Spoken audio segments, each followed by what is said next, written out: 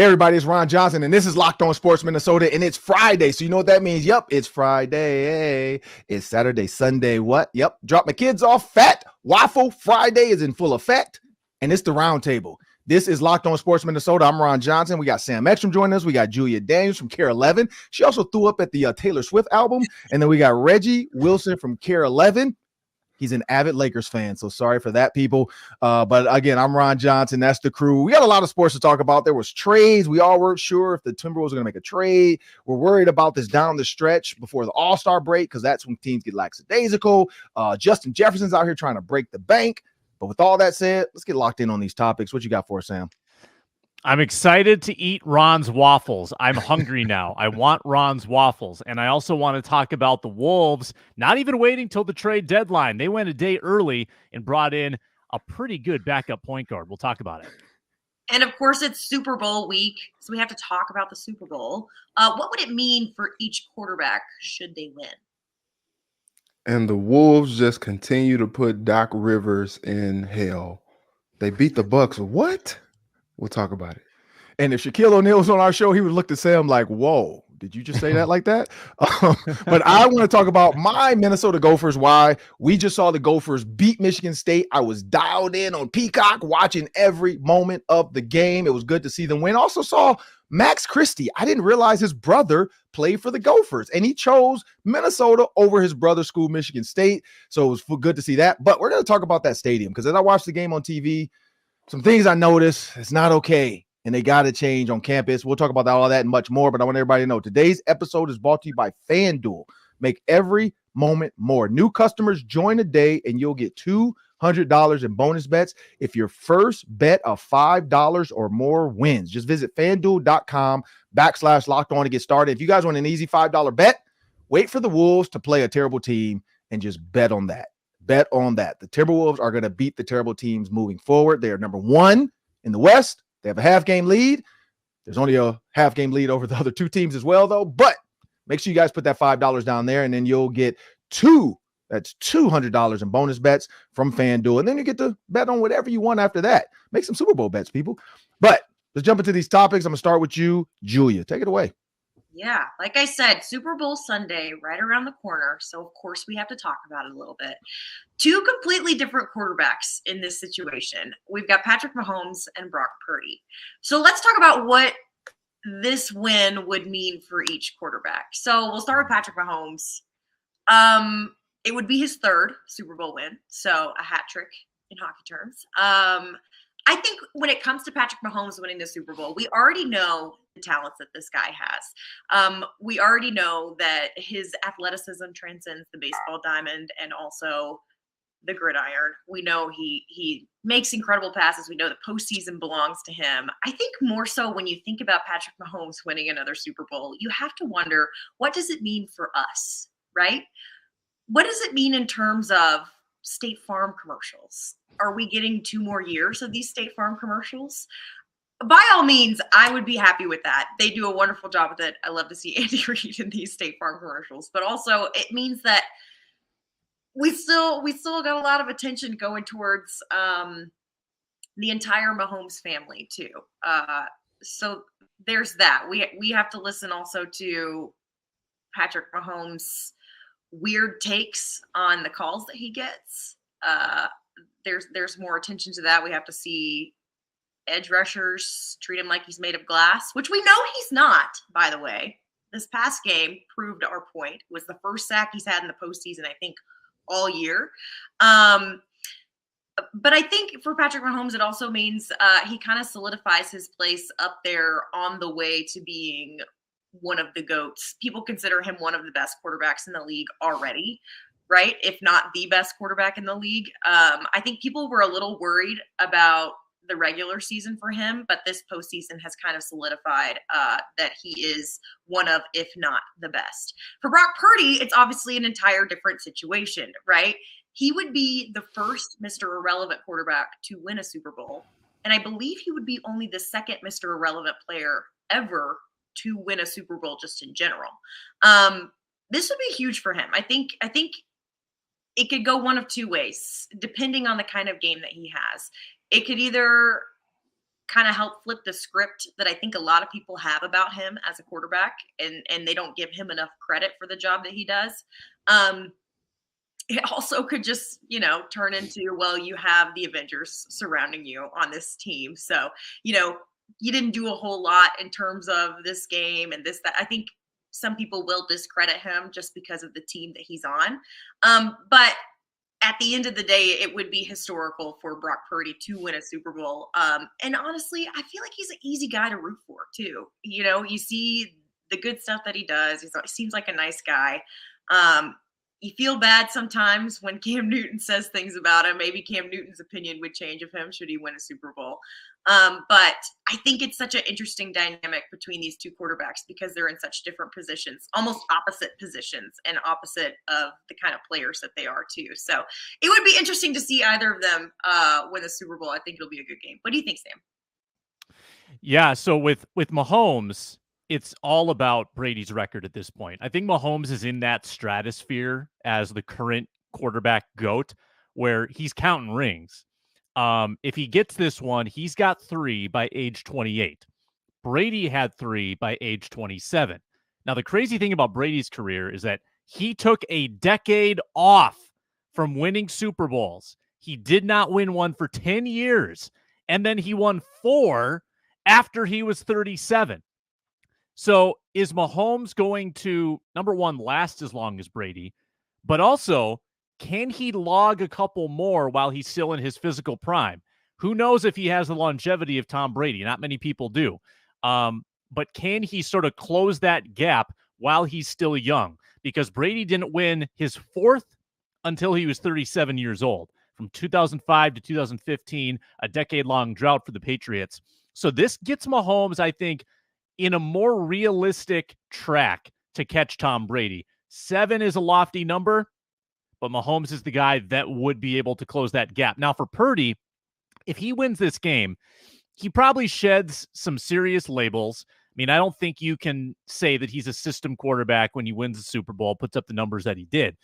I also think that from a league standpoint, people will probably go to greater lengths to look at some of these 3rd-tier, 4th-tier quarterbacks in the draft and say, like, what did we miss in Purdy that we could find in somebody else? What qualities did he possess in college that translated to the NFL so quickly? It wasn't like he was a journeyman. It wasn't like he sat for a couple of years. He was good right away. So is it all his mental makeup? Is it that he can scramble a little bit and extend plays? What is the secret sauce that made Brock Purdy so effective immediately? You probably give a lot of credit to Kyle Shanahan, but I think this is going to pique the curiosity of GMs trying to find the next Brock Purdy, who, again, was 1 pick away from going undrafted. Reggie, what do you got? So first off, just want to put this out there. It is Black History Month. I'm rooting for the black quarterback in Black History Month. Okay. Patrick Mahomes. No, but seriously, I think once you start talking about, I think that deserves like the just the slow clap to get to the fast. Once you start talking about 3, I think that kind of puts you in a different type of, you can. Peyton Manning got 2, Eli got 2, and when you get multiple, it's like, okay. But then when you get 3, you start talking about 3 or more. That kind of puts you in a different level. Like, I think if Patrick Mahomes were to retire today, he's a first ballot Hall of Famer. I believe that. And I think you kind of look at it from a standpoint of, look at Patrick Willis yesterday, went into the Hall, and he didn't have necessarily the longest career. But I think that Patrick Mahomes is going to continue to have a long career. And I think after this season, some of the things that kind of reared an ugly head with some of the pass catchers that they had and all that, I think that they are going to go out and get some more weapons for Mahomes as well, which is going to make them even more dangerous next year. They may lose a guy like Chris Jones, which is a pretty big loss for them. So I think this will be like their chance to kind of maximize. But this speaks to just the greatness of this Chiefs team, you talk about like Super Bowl droughts. Andy Reid, for as long as he was the coach of the Eagles, couldn't get it done there. And he goes and gets Patrick Mahomes, changes teams, and it's just been money. And this team is probably their least talented team of their quote unquote dynasty efforts, and they find themselves in the Super Bowl again. And so I think these Super Bowls usually come down to quarterback play. And you kind of look at the last 5, last year you had the Chiefs against the Eagles, and man, Jalen Hurts played out of his mind. Quarterback play off the charts. The year before that, you had Burrow against Stafford, and that was a good one. The year before that, Mahomes outdueled by Brady. And then you had Pat again with Jimmy Garoppolo, and the better quarterback won. I think you saw in that first Super Bowl against with the Chiefs against the 49ers. If Jimmy Garoppolo hits that 50-plus yard bomb to Emmanuel Sanders down the middle of the field for the touchdown, that's a totally different game. And maybe we're talking about Patrick Mahomes having to bring the Chiefs down, within the last 2 minutes of the game, last minute and some change of the game to try to win that football game. And so it's a totally different thing when quarterback play is what it's supposed to be in a Super Bowl. And I think, with how the 49ers have played, look, Purdy has made plays, but they've tried to not necessarily put it all on his shoulders to win. That's how they've gotten there. And so I think if the 49ers were to come out and win this game, you got to give Brock Purdy his respect, because even if he didn't do, he just did a glorified game manager type situation, he still is the quarterback that outdueled one of the best quarterbacks that we've ever seen in Patrick Mahomes and stopped him from getting ring number 3. And now that's 2 Super Bowl losses for Mahomes. So I think that is probably what's on the line here. I think, Mahomes getting his third, that's a huge deal for his legacy. But Purdy overtaking Mahomes in this game would be huge for Purdy's legacy and for the rap that Purdy has on him, which is he's just a game manager. It's the weapons around him, not necessarily him.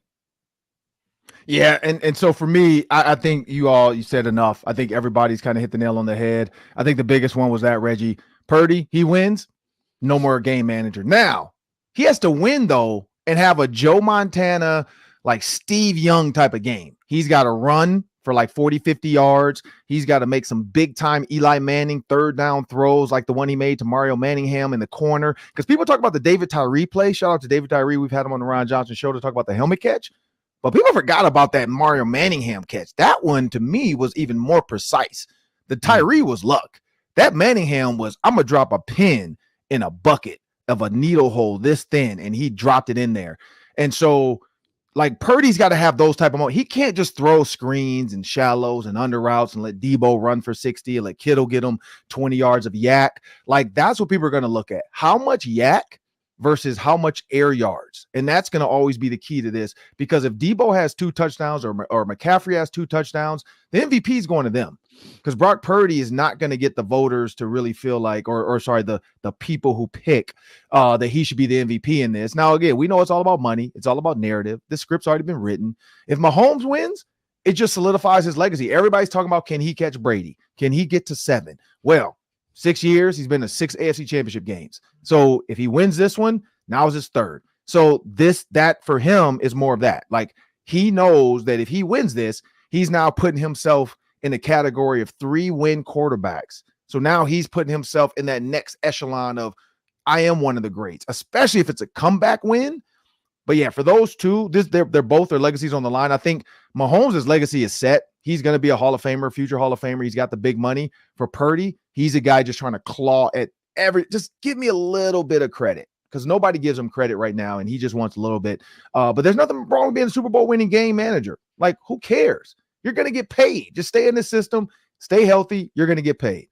But before we move on, it's time to because we got to talk about the Wolves and Monte Morris, because everybody was like, I don't know if they're going to trade. Should they go get Tyus Jones? Should they go get Trey Jones? Who else is out there? Somebody said DeJounte Murray. I'm like, please don't do that. I don't like him. Like, I'm so sick of his antics. Like, stop that. But DeJounte Murray's name came up because they're like, he could be a scorer. I'm like, he can't coexist with Anthony Edwards. We don't need a big four. We just need somebody, and Monte Morris is that guy. He's going to come in and be a point scorer. He woke up in last place, went to sleep in last place, woke up in first place. Like, imagine that. Like, you went to sleep in Detroit as the worst team in the league, and you woke up as one of the best teams in the league. Imagine being Shake Milton and Troy Brown, the opposite. I know. It's like trading places with Eddie Murphy. I don't know if Julia, I know Sam probably hasn't seen that. I hope Reggie's seen it. I don't know, Julia, you might be too young to remember trading places though, with Dan Aykroyd and Eddie Murphy. And Dan Aykroyd was super rich. Eddie Murphy was a bum. And then they traded places because everybody wanted to play around with the stock market and see if they could make a bum a rich guy and a rich guy a bum. And they did it. And so all these guys are still rich, but Sam, you're right. They all have switched places. It's like Lindsay Lohan waking up and she's traded places with her mom. So I don't know how that goes, or who's the new one? There was just a new one of that of Jennifer Gardner. I love that one too. Chris Brown and Lil Dicky. Chris Brown and Lil Dicky. There you go. The fact that you know that, Sam, like, you get a gold star today. Thank you. I did not know you knew. I was not aware of your game, Sam. I didn't know you knew about Lil Dicky. I love Lil Dicky, especially when he says, "Is it data or data?" I still don't know which one. Which one is it? Is it data or data? I couldn't tell you. I always wondered that. I'm a data guy. That was one of his raps. He was rapping in the middle of the rap. He said data, and then he like looked at the guy. He's like, "Is it data or data?" Like, I just like how he can do that. But anyway, it's time to move on. FanDuel locks, people. We are sponsored by and brought to you by today by FanDuel. Talk about some of these locks. Start off with you, Reggie. What's a lock you have for FanDuel from right now? So I was looking at this and I'm like, man, it's just because the Super Bowl is just so different, like it's different. But I think I want to lock in Christian McCaffrey, first TD scorer plus 340. Ooh. I was looking at that. I'm like, oh, do I go Pacheco? Like, I feel like Pacheco probably will score, but Christian McCaffrey, offensive player of the year. Yeah, lock that in plus 340. Sam. Yeah, I've got two quick ones. They're both fun. Over 2.5 players to attempt a pass. So basically, quarterback's either going to get hurt or there's going to be a trick play. You get plus 172 if somebody else throws a pass. The Chiefs have 3 other players that have thrown passes this year: Jerick McKinnon, Kadarius Toney, and the punter Tommy Townsend. So it's in Andy Reid's bag to call a trick play. The Niners threw 1 pass with Debo. So that's the resume they have on the season. But it'd be fun. It'd be fun to cheer for a little razzle-dazzle every single play of the game. Secondly, if you're familiar with scoregamis, scoregami is when you have a unique score that has never been had in NFL history. Well, I am going to bet on the anti-scoregami. At plus 410, you can wager that the final score of the game will match a previous final score from the previous 57 Super Bowls. So there's 57 scores in Super Bowl history. Will the final score match one of those 57 at plus 410? So bet 10, get $51. I'm going to be in on that. Julia. I'm going to go. I got 2 because you guys know I like the wild ones. I wish I could find the ones that were like, I was telling Reggie this yesterday. What color shoes will Usher come out in, and that kind of stuff. I literally almost spit my water out. I wanted one where it was like plus whatever that Usher takes his shirt off during the halftime. Whoa, okay. Have you not seen his concerts? He always takes his shirt off at some point. So Did not know that. A good bet to place. I was not aware of his game. I'm not just to be normal for the first one. I'm going plus 900. Christian McCaffrey and Travis Kelce to combine for 10 plus receptions in the first half. First half. Like, hey, that could happen. For my crazy one, we're going plus 50,000. I saw those. Trent McDuffie to return an interception for a touchdown, and the Chiefs win by exactly 6. I saw those. The most 50,000s are crazy because it's like the first offensive play of the game to result in a safety. Yeah. And like these guys happened once. That happened in the was that the Broncos Seahawks Super Bowl? Yeah, Peyton Manning. Yeah, I remember that. But that's the thing that's funny about that. Like if I'm a betting man And like two players would have to be involved. One, the kick returner would have to return the ball out, be an idiot, and get it like downed at like, I don't know, like just get tackled and run around. And then the quarterback would have to just let the ball fly out of his hands out the back of the end zone. And if they were to put like real money on that, I'm pretty sure Vegas would catch on and be like, wait, why did somebody just put $1 million on this? And then it happens. Like, but it also has to be probably two, because you have to hope the team that does it, that gets the kickoff has the money, so like whoever, so there's a lot in that to make that happen. So not going to happen, but you never know with the NFL script. But I forgot about the Peyton Manning one. I saw some crazy ones I like, just to throw them out there for people. Like Christian McCaffrey and Isaiah Pacheco both score a receiving touchdown each. Deebo Samuel to score a receiving and rushing touchdown. I think that's doable, plus 3,000. But I'm gonna jump up a little bit close. I'm going back to my Patrick Mahomes, Brock Purdy, Brock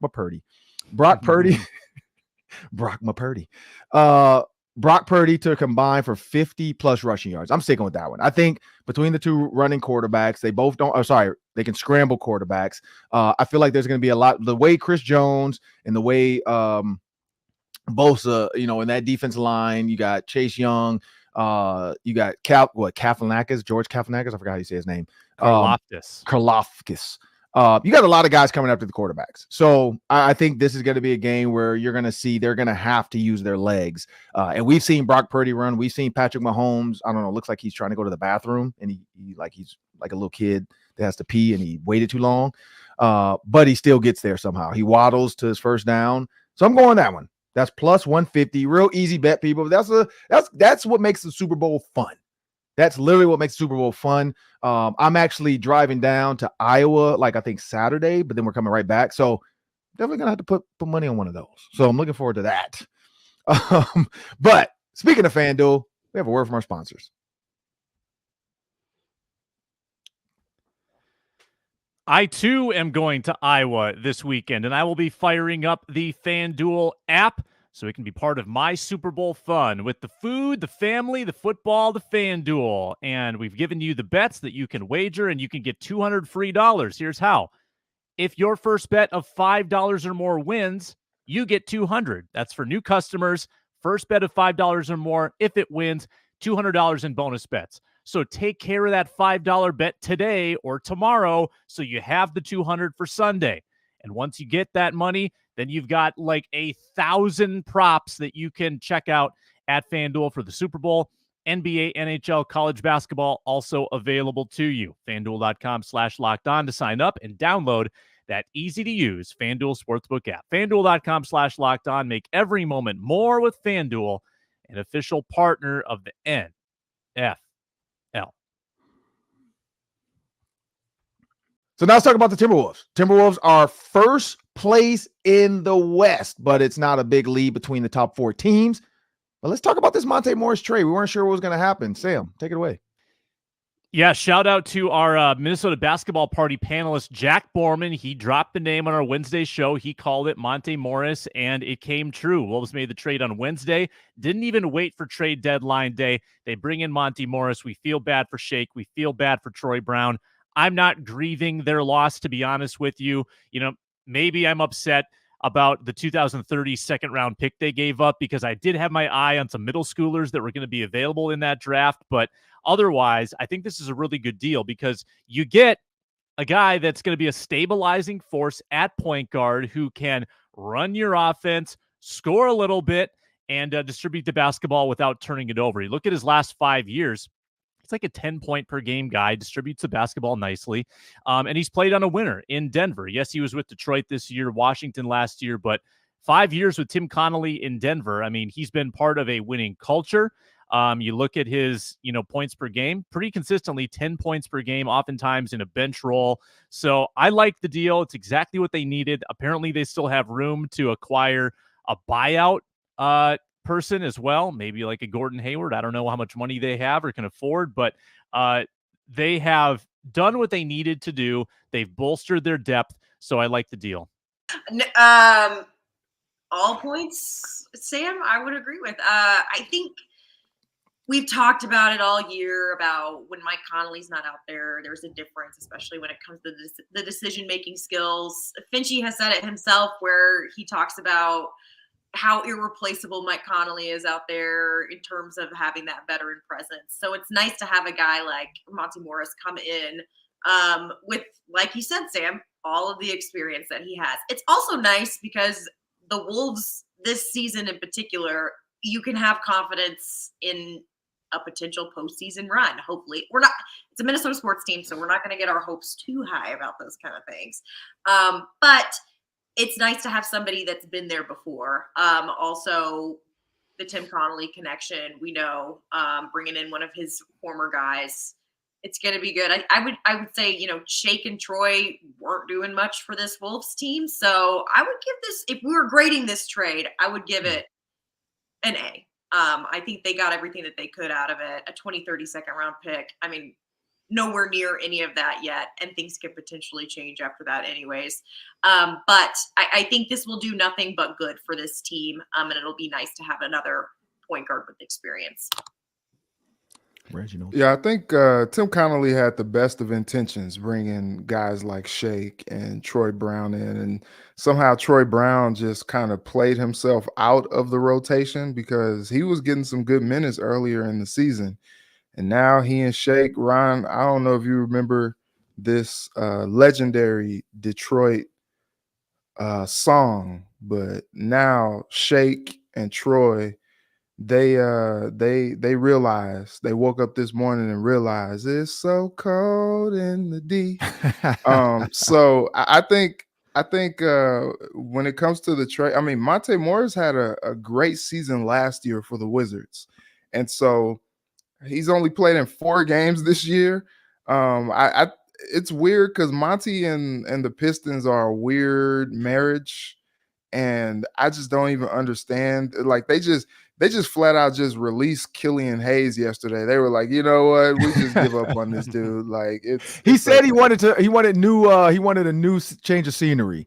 I mean, that's fine. He's been telling people that, and they couldn't find a trade partner for him. So it's just crazy. You drafted the dude your first round pick in 2020, and you just flat release him 4 years later. You're like, all right, we can't do anything with this guy. Detroit Twitter was happy though. So yeah, they were excited, but it's interesting. Like, the Wolves got a chance to offload some guys that were just getting DNPs every night to get a guy who could legitimately, help them in their point guard depth off the bench. Like I'm interested to see what this means for a guy like Jordan McLaughlin, because he was kind of getting some minutes too. But I think Monte probably is a little bit of an upgrade when it comes to shot making and some of the playmaking ability on the floor. He had a career high 5 assists a game last year for the Wizards. So I'm just interested to see how this plays out. I think Connolly swung and kind of righted what he didn't know was going to be a wrong in getting rid of Shake and Troy and getting a guy that could be a really productive player coming in that second unit. Well, for me, I kind of feel bad for Troy Brown. It's like that's a tough pill to swallow. You were thinking this is your year to go to a Super Bowl of basketball. But now you are in the toilet bowl. So unfortunately, they got flushed down the toilet. They are now with the Pistons.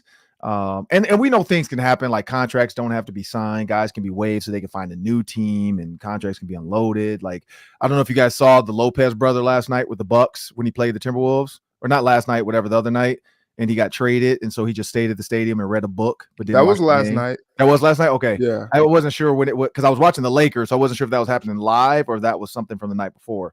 But yeah, he got traded, sat there and read a book during the whole game. So because he knew he was going to get waived anyway after the trade. So he was like, I'm not even getting on a plane. Like, just waive me and then I can go find me a team. So that happens too, where guys get traded and then teams are like, we just want to get rid of our guy and we're going to waive your guy. He can go find a team and win. We're not going to force him to live in the D, because it is cold. It's cold in Detroit. Shout out to, I don't forgot those girls' names who made that song. In the Cemetery was the music video. Horrible. And somehow they went viral. That's back when we had JJ Icefish as well. Like, he was going viral. And 50 Tyson went viral back then as well. So speaking of all those people, that's just what happens when you get traded. You get thrown in with JJ Icefish, the girls that made It's Cold in the D, and now you're stuck over there with 50 Tyson. So But Monte Morris, speaking of that, to be serious, the Timberwolves, that's something that we all talked about. When Mike Conley can't go or when he's resting on the bench, can they get productive minutes and points out of somebody that can control the game and fill the goal up with buckets? Monte Morris is that guy. He can score. He's smaller. So what they're going to have to figure out, too, is some of the defensive rotations when he's in games, because, bigger guards like Luka Doncic, they're going to try to put him in the post and play, big boy ball. So figuring out that defensive rotation when he's having to guard bigger guards, if he is in the game, or what that looks like. But with the NBA zone strategy now, too, I think there's ways around it to leave him at the top. And just when a guy floats down, you move down to the next guy. Him and Anthony Edwards can trade off guys. I mean, there's a lot they can do in this offense and defense as well. But he does give them productive minutes off the bench. And so we didn't get Trey Jones. We didn't get Tyus Jones. We did get Monte Morris. So I'm happy for the Timberwolves, and we'll see what this means. After the All-Star break, I'm guessing we'll start to see some production out of them. So now time for the Wolves-Bucks reaction. I kind of gave you a little bit of the Lopez leak of what happened in that game. But, Reggie, what do you think about the game? Yeah, Donde está 50 Tyson? I don't know where he is in the Twin Cities right now. But anyway, that game was so boring that Brook Lopez only could read a book during that game. Like he was like, you know what? This book is more interesting than this mess that Doc Rivers is orchestrating tonight. I think it's interesting because like they fired Adrian Griffin, and Doc Rivers has done nothing but lose since he's been there. $40 million loser at this point. I don't understand the infatuation with Doc Rivers at this point in his coaching career at all, but whatever, it's their funeral. But they didn't have Dame last night. That was going to be tough. They didn't have Chris Middleton. He sprained his ankle in the last game, so it was going to be a little bit of an uphill battle for them anyway. But it was pretty surprising. Giannis played 27 minutes. He only had 17 points, minus 18 when he was on the floor. And Doc was just like, at one point in the game, he's like, all right, that's about enough. I'm going to sick AJ Green on him. And AJ Green comes in. This is the type of, like, just an aside, this is the type of weird things that happen to the Wolves. Like, the Wolves win, but some dude named AJ Green, 24-year-old rookie out of Northern Iowa, comes off the bench, goes 9 of 11 from the field, 7 of 8 from 3, and scores 27 points on the Wolves. Yeah, the Wolves won by double digits. Yeah, whatever. But AJ Green gets loose. And so, and the Wolves actually get outscored in the fourth quarter. But, whatever. We won't talk about, because that's an easy one for Sam to say, oh, man, I told him about those fourth quarter woes. Look for out. The Wolves. Julia, what you got? Ron's like, anyways. Yeah, Mike Conley, what was he, 6 for 7 from 3? Flamethrower. Yeah, solid night from that guy. Mike Conley, man, just so good. Bite. 5 guys in double figures for the Wolves last night. It was just really ugly stuff from the Bucks. I think on their first road trip with Doc Rivers, they were like 1-4 or something like that. Things have not been great. This is their 3rd loss in a row.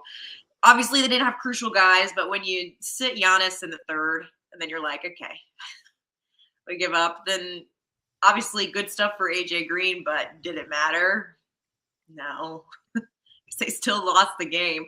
Dominating performance from the Wolves. I think they really took advantage of the guys being out, but not much to say about this one other than sucks for all the Bucks fans that work at our station. Sucks for the Bucks. I loved watching. I loved watching the Wolves offensively in this game. I thought that Edwards kind of rediscovering his mid-range was a nice development. That's been fading of late. The dunks from Naz and Rudy were spectacular, and the three-point shooting was sensational. Props to the Wolves. Now, as far as Doc, I watched his post-game press conference. I've never seen a more defeatist attitude in a press conference from a new head coach. Like, wouldn't you think that you'd want to make a good first impression with the home fans? He gets up there, and this is not the second half of a back-to-back. He's talking as if they were predestined to lose. He's like, yeah, with these these flights, this road trip we had. I thought about benching everybody. I decided not to, but I said, if we get down, I'm pulling them. What? Have you seen the Wolves lately? The Wolves blow leads at any point in the game. You're not out of the game. Teams win shorthanded all the time in the NBA, and you've given up? What? That astounded me. It's your 6th game, and already you've been beaten into submission. I couldn't believe it. So, easy win for the Wolves because the other coach clearly didn't care. The only thing I want to say is Mike Conley is very, very unselfish. He was 1 assist away from a triple-double.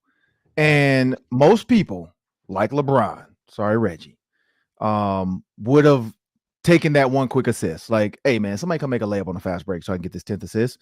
Mike Conley is not that guy. He didn't want to make it a triple-double night. But, Julie, you're right. 6 for 7 from 3, 18 points, all 3-pointers. Like, that's when you know you just sit down and be like, man, let me go ahead and put this arm on ice because it's just too hot right now. And so the way this team is playing, if you can get 18 out of Conley, you can get big buckets out of Ant. You can get Karl-Anthony Towns or Rudy Gobert to play.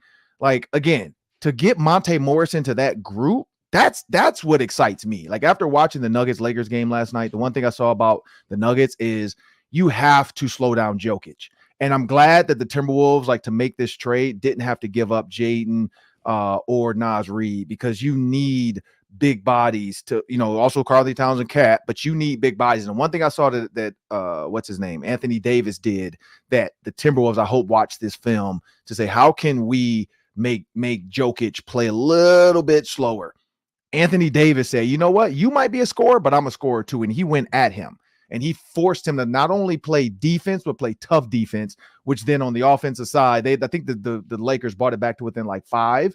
And then, of course, the Lakers just have nobody healthy. Everybody was hurt. So it was just down the stretch. They had nothing left in the tank. And the Nuggets have a ton of bullets you can throw at them. But for the Timberwolves, I'm looking forward to this Monte Morris, because you throw him in with this group, and Mike Conley, after shooting 6 for 7 from 3, can come out. He takes the right shot at the right time. Like, this team can be scary. But again, my favorite moment is still how petty the Lopez brother was, because he could have easily went home to his house. They were in Milwaukee. It wasn't like he was on the road in Minnesota on the plane, because I've seen that happen where guys are literally on the plane. They get off the plane and they're traded, and then they like have to go get, the team secures them just a regular ticket. Like, here's your Delta ticket back. He could have went home. He could have drove home. He could have sat in the suites. He could have stayed in the locker room and read that book. That dude went courtside and purposely read a book. Like, he was diabolically petty, and I love it. I loved every minute of that.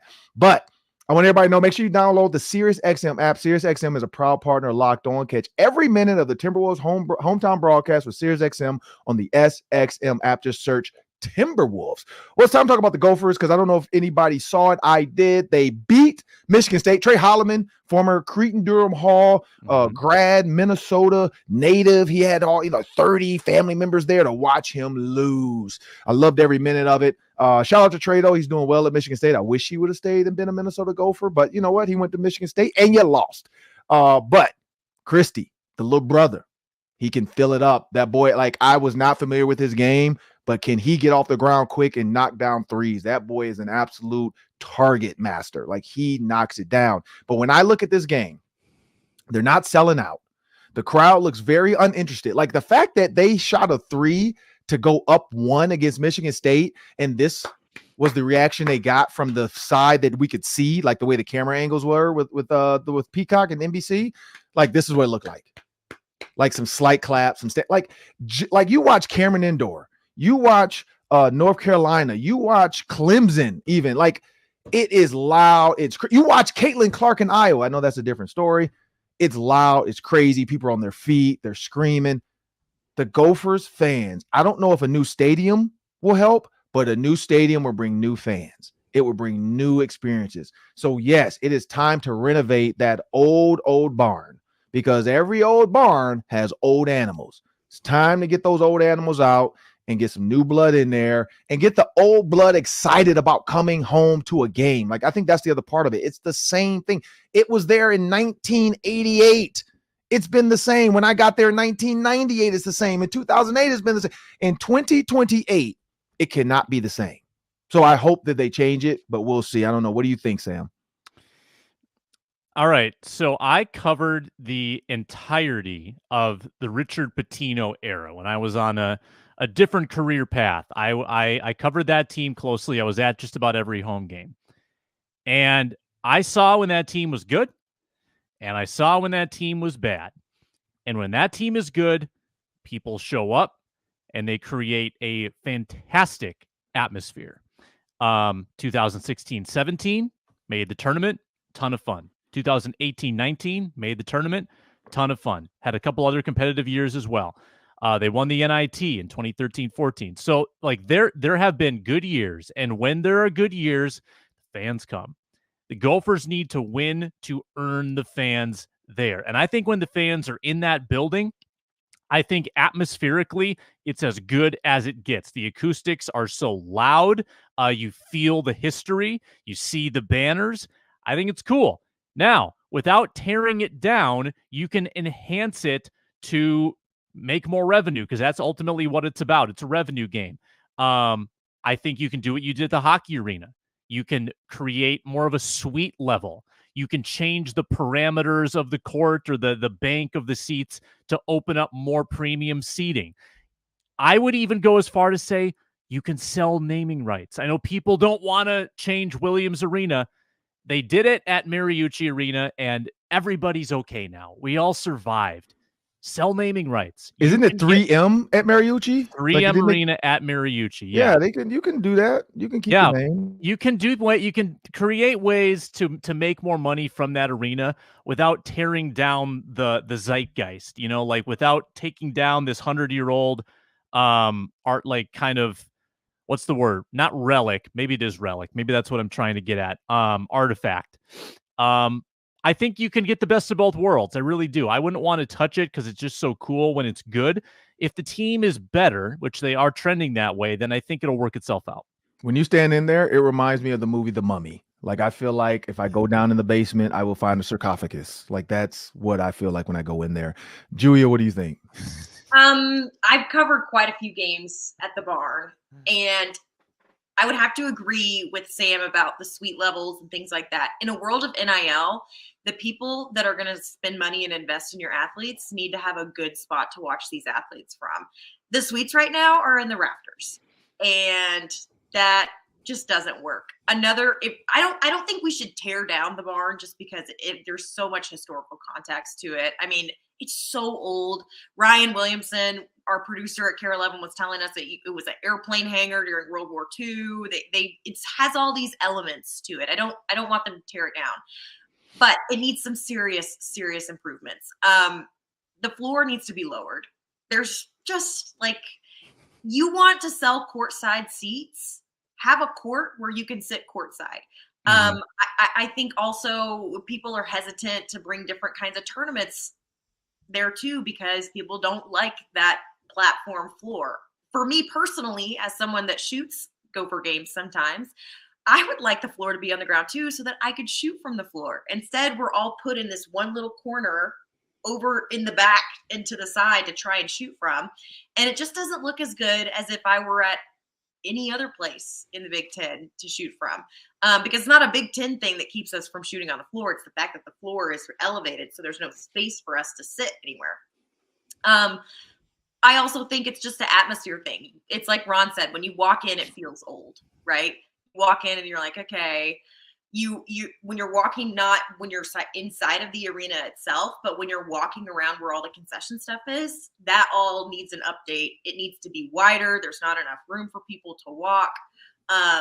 There's a lot of things that need to be fixed, but most importantly, I think if you want people to spend money on this program, then you need to give them an opportunity to sit in really nice seats with a really good view, and not from way up in the rack. Nobody spends money on those suites. There's nobody up there. I was at the Northwestern game, which had more people than the Michigan State game. Nobody was sitting in those suites because no one wants to sit and feel like they're sitting in the sky watching this basketball game. And there's no real exclusive seating courtside either. It's just that's where the seats start. So I think there's a few updates that need to be made for sure. Yeah, definitely. Reggie. Yeah, I think, you're talking about a venue that's older than our great grandparents. And so like that's something that you're like, okay, you should probably preserve the history. But to me, like the times that I've been there, it just kind of reminds me of like a glorified like high school venue. The seating is a little bit more robust, obviously, but like it's so like where they have the media sit, we're all the way up at the top and looking, it's so steep up there, you feel a little Reggie, this is uneasy. how desperate they got. So this was another revenue thing. So like as of 2018-19, media got to sit overhanging on the second level center court where Mike Grimm sits, the radio team. But then they decided, well, we can sell those seats because that's premium seating. Then they moved the media to the corners. So again, like they're nickel and diming, trying to create that good premium seating, and that was the media, of course. We were the first casualty. Yeah, so like just going to the place, it just feels like you're in an old place. And you think about like what they charge at concessions and all that. It's just like you don't feel comfortable, you know, paying premium dollar at a place where, the experience isn't necessarily that great. Now, when that place is rocking, like it's a cool, throwback type of feel and experience. But I came from Cincinnati, where they renovated Fifth Third Arena and Cintas Center, where they bring concerts. They have, like it's not just like a sporting venue. They have the high school basketball tournaments in those arenas and all kinds of cool stuff. Like I'm coming from a place where that was happening to a place in Williams Arena where you talk about nostalgia and all that, and the two just don't necessarily add up. And if you probably look around the Big Ten, like I've been where I've been at the Shot where Ohio State plays. They play their high school basketball tournaments there as well. Like it just doesn't necessarily meet the same standard. And I know there's a lot of money at the U. There's some money there. I think they can afford to renovate. I wouldn't tear it down at all, but I would definitely do some major renovations to that venue. With all that said, without a do it for us today on a beautiful, windy Friday. No snow, though, so it's beautiful anytime it's like that in Minnesota. I'm Ron Johnson at Sam Ekstrom. That's Julia Daves. And I'm just looking forward to the sparkles because, Julia, I'm going to get some glitter. I'm going to have glitter drinks this weekend. I want you guys to have a great weekend. And glitter is edible. Julia also alerted me to that. Have a good weekend. I'm Ron Johnson. That's Sam Ekstrom, Julia Daves again, and Reggie Wilson. This is Locked On Sports Minnesota, and this was the Friday Roundtable. Take care.